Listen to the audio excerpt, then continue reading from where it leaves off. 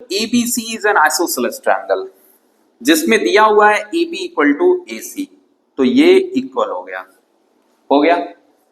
समझ में आया? तो आप लिखोगे एंगल, यहां पे पहले लिखो AB इक्वल टू AC और ये गिवन है आसान क्वेश्चन, तो मैं सोच रहा हूं साथ ही साथ लगाता भी रहूं। इसे मैं ले लेता हूं एंगल 1 और इसे मैं ले लेता हूं एंगल 2, ठीक है? So angle 1 equal to angle 2 भी हो जाएगा ना?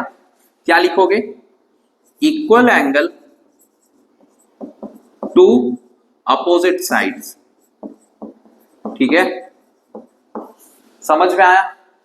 ध्यान से देखो, अब आगे दिया गया है कि BA को प्रोड्यूस किया जा रहा है D तक, जिसमें AD इक्वल टू AB है। ये क्या है? This equal to this.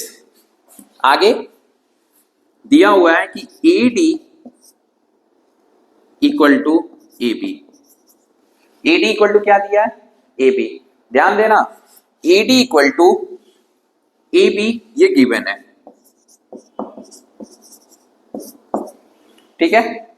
अब इसे फर्स्ट ले लें और इसे सेकंड ले लें, तो अपन फर्स्ट और सेकंड से ये देखो AB काटा, AC इक्वल टू AD हो गया।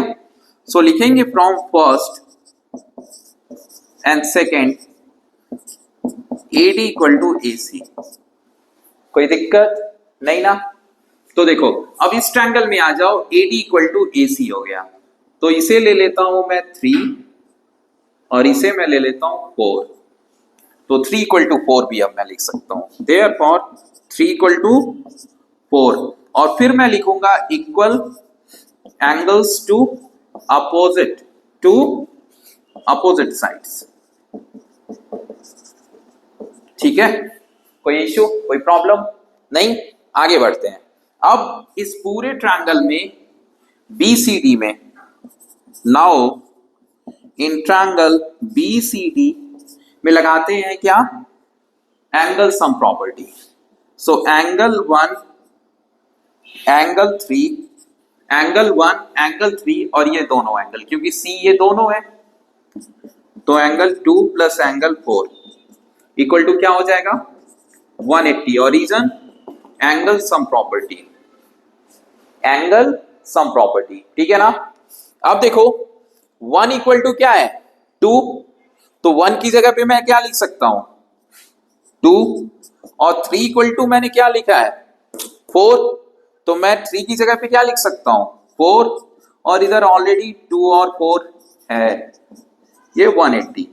अब देखो दो बार आ गए कि नहीं दोनों, तो मैं इन्हें डायरेक्ट लिख लेता हूं 2 बाहर करके, एंगल 2 प्लस एंगल 4, क्योंकि 2 बार 2 है एंड 2 बार 4 है, तो मैंने 2 कॉमन ले लिया, तो 2 और 4 हो गए ब्रैकेट्स में, एन इक्वल टू 180।